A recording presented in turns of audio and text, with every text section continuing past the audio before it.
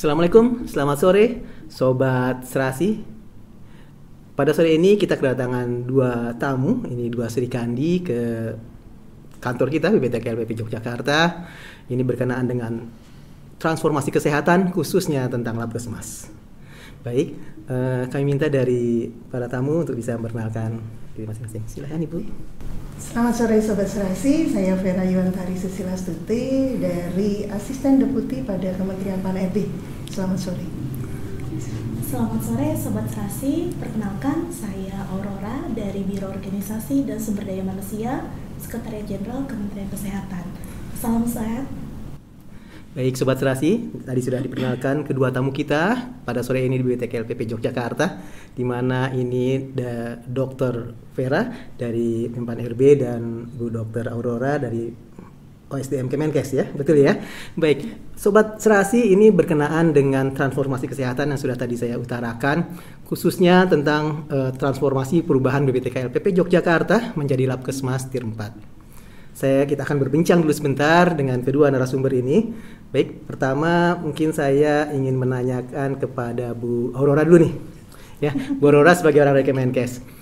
Bagaimana sih tahapan udah sampai mana nih konsep perubahan dari Labkesmas dari BPTKLPP Yogyakarta menjadi Labkesmas Tier 4? Silakan. Ya, baik. Kalau cerita dari awalnya sebenarnya adalah ada amanat dari Presiden kepada Kementerian Kesehatan supaya kita melakukan percepatannya itu dalam bentuk transformasi kesehatan. Nah, transformasi kesehatan itu kan kita tahu ada 6 pilar: layanan primer, layanan rujukan, sistem ketahanan kesehatan, kemudian pembiayaan kesehatan, tenaga kesehatan, dan teknologi kesehatan. Nah, masing-masing pilar ini tentu butuh sebuah unit yang akan melaksanakan tugas operasionalnya. Nah, yang jadi prioritas untuk kita, sebenarnya 6-6-nya jadi prioritas. Nah, kenapa BPTKL Jogja akhirnya ditransformasikan menjadi Labkesmas? Jadi ceritanya adalah kita punya banyak masalah kesehatan, masalah kesehatan yang terus bertahan, tanda kutip, yang nggak bagus malah. Seperti misalnya angka AKI-AKB kita itu turun, secara angka turun, tapi tidak sesuai harapan kita. Padahal kita tahu sendiri bahwa 2030 kita ada target SDGs. Kemudian juga TB itu kita nggak pernah geser dari 3 besar. Saingan kita India, Cina, Indonesia nggak pernah turun.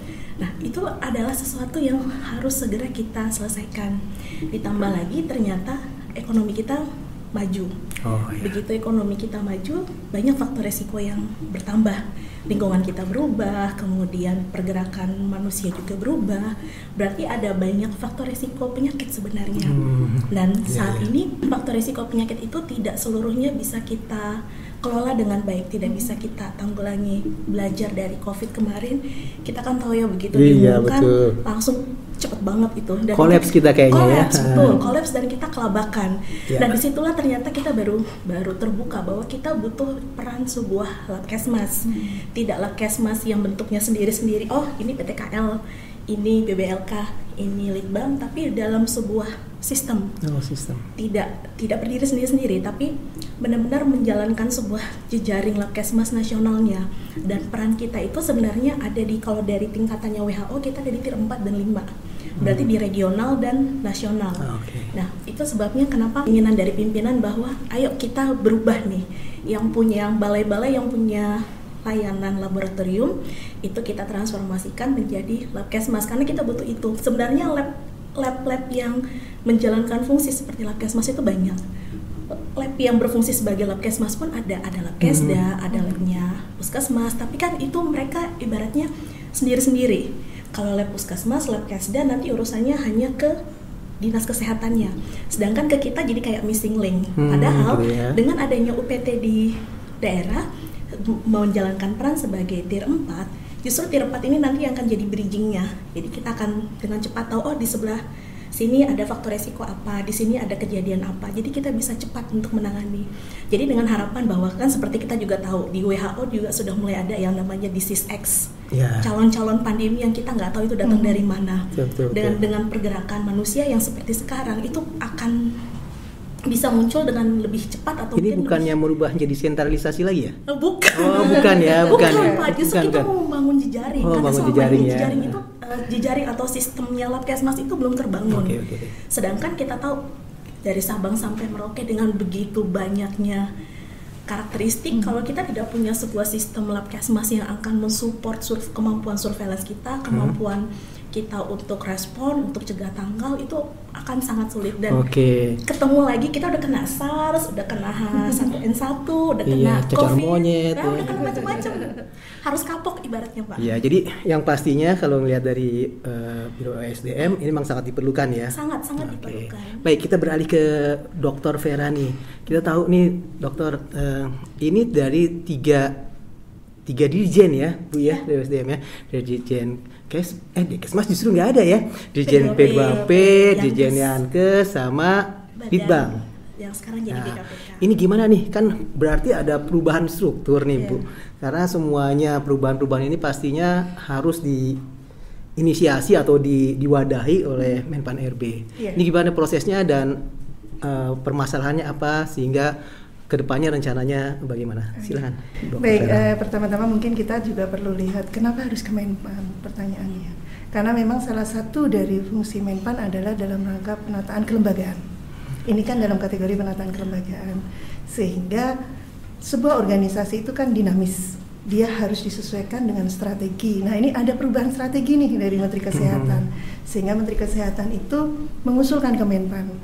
Nah, ini adalah perubahan yang kita kategorikan sebagai perubahan yang sangat signifikan karena tidak saja mengubah struktur, dia mengubah tusi, mengubah kedudukan, dan juga ada suatu fungsi yang diintegrasikan ke BRIN, yaitu fungsi penelitian. Nah, karena terbentuknya BRIN, seluruh KL itu sudah tidak melaksanakan penelitian dan pengembangan di Bank Jirap, sehingga itu memang harus dialihkan ke BRIN. Nah, oleh karena itu, satu yang kita perlu lihat adalah kita perlu melihat kesiapan. Bagaimana kesiapan SDM-nya, bagaimana kesiapan sarana prasarananya, sehingga perubahan ini benar-benar bisa langsung smooth terhadap nanti ketika organisasi sudah terbentuk. Nah, kajiannya memang sangat mendalam karena mengintegrasikan 3 ya, sementara ada 21 nih. 21 ya? 21 digabung. 21 digabung dalam menjadi satu entitas. Kita sebutnya entitas, sehingga nanti tidak ada lagi BPTKLP ya, tapi menjadi satu Labkesmas yang itu nanti akan mendukung terhadap transformasi layanan rujukan. Nah, ini yang betul-betul kita harus cermati, sehingga tadi pun juga dari WHO kan ada tir-tir ya, sehingga nanti ketika ini organisasi sudah terbentuk, sudah tugas fungsi, nanti berikutnya, step berikutnya adalah menyusun proses bisnis antar tir tadi, antar level.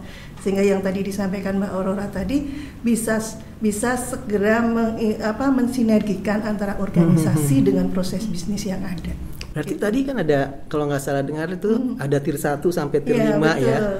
Nah, kalau yang tir 1 itu apakah jadi nanti akan diangkat ke pusat bahwa dia orang pusat, atau tetap dia disentralisasi? Sekarang ini sih bukan istilah sentralisasi. Bukan, ini ya? hanya penataan organisasi. Jadi merefungsionalisasi dan merestrukturisasi ya organisasi. Baik. Jadi bukan bentuk sentralisasi itu.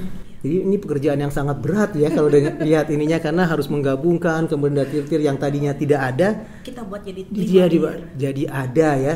Aduh, ini memang transformasi kesehatan benar-benar nih. Jadi bukan transformasi kesehatan, ini intinya kalau ini bisa jalan berarti transformasi kesehatan bisa jalan ya. Nah, di sini kan ada sinergi antar pemerintah daerah, pemerintah pusat, dan itu akan sinkron terhadap kebijakan kesehatan.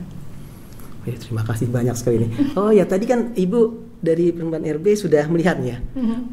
Saya pengen tanggapannya bagaimana setelah tadi melihat BTKL PP Yogyakarta tentang kesiapan kami untuk bisa mengikuti nih transformasi kesehatan khususnya perubahan dari Labkesmas. Secara keseluruhan sih kami optimis ya, BPTKLPP ini bisa segera lahir menjadi suatu organisasi yang mumpuni dalam rangka memberikan fungsi pengelolaan Labkesmas yang secara organisasi, sehingga ini dari sisi prasarana semuanya juga sudah mendukung, sudah ada, termasuk SDM-nya, sehingga nanti ke depan mudah-mudahan ketika organisasi sudah terbentuk sudah segera running nih dengan baik. Mudah-mudahan ya. SDM juga siap dukung kita ya. Siap support. Karena nanti begitu sudah keluar persetujuan menteri dari Menteri PAN kepada Menteri Kesehatan, bolanya kembali di OSDM. Karena kami harus segera percepatan supaya OTK-nya ini segera ditetapkan. Iya ya, jadi sebenarnya belum selesai ya, sesudah ada dari Permenpan RB persetujuan harus segera dibuat lagi SOTK-nya semuanya, kegiatannya, apapun orang-orangnya semuanya harus bergerak lagi ya. Iya, makanya mungkin untuk mendukung ini tidak perlu menunggu OTK dulu, bisa paralel nih proses-proses penataannya itu bisa paralel. Baik, terima kasih atas kunjungannya dan terima kasih atas saran dan semuanya. Dan akhirnya Sobat Serasi, demikianlah tadi bagaimana proses transformasi BPTK LPP Yogyakarta yang nantinya akan berubah menjadi Labkesmas Tier 4 yang ini akan mendukung dari transformasi kesehatan yang sudah dicanangkan oleh Menkes kita, Bapak Budi Gunadi Sadikin. Terima kasih atas perhatian Sobat Serasi. Salam sehat.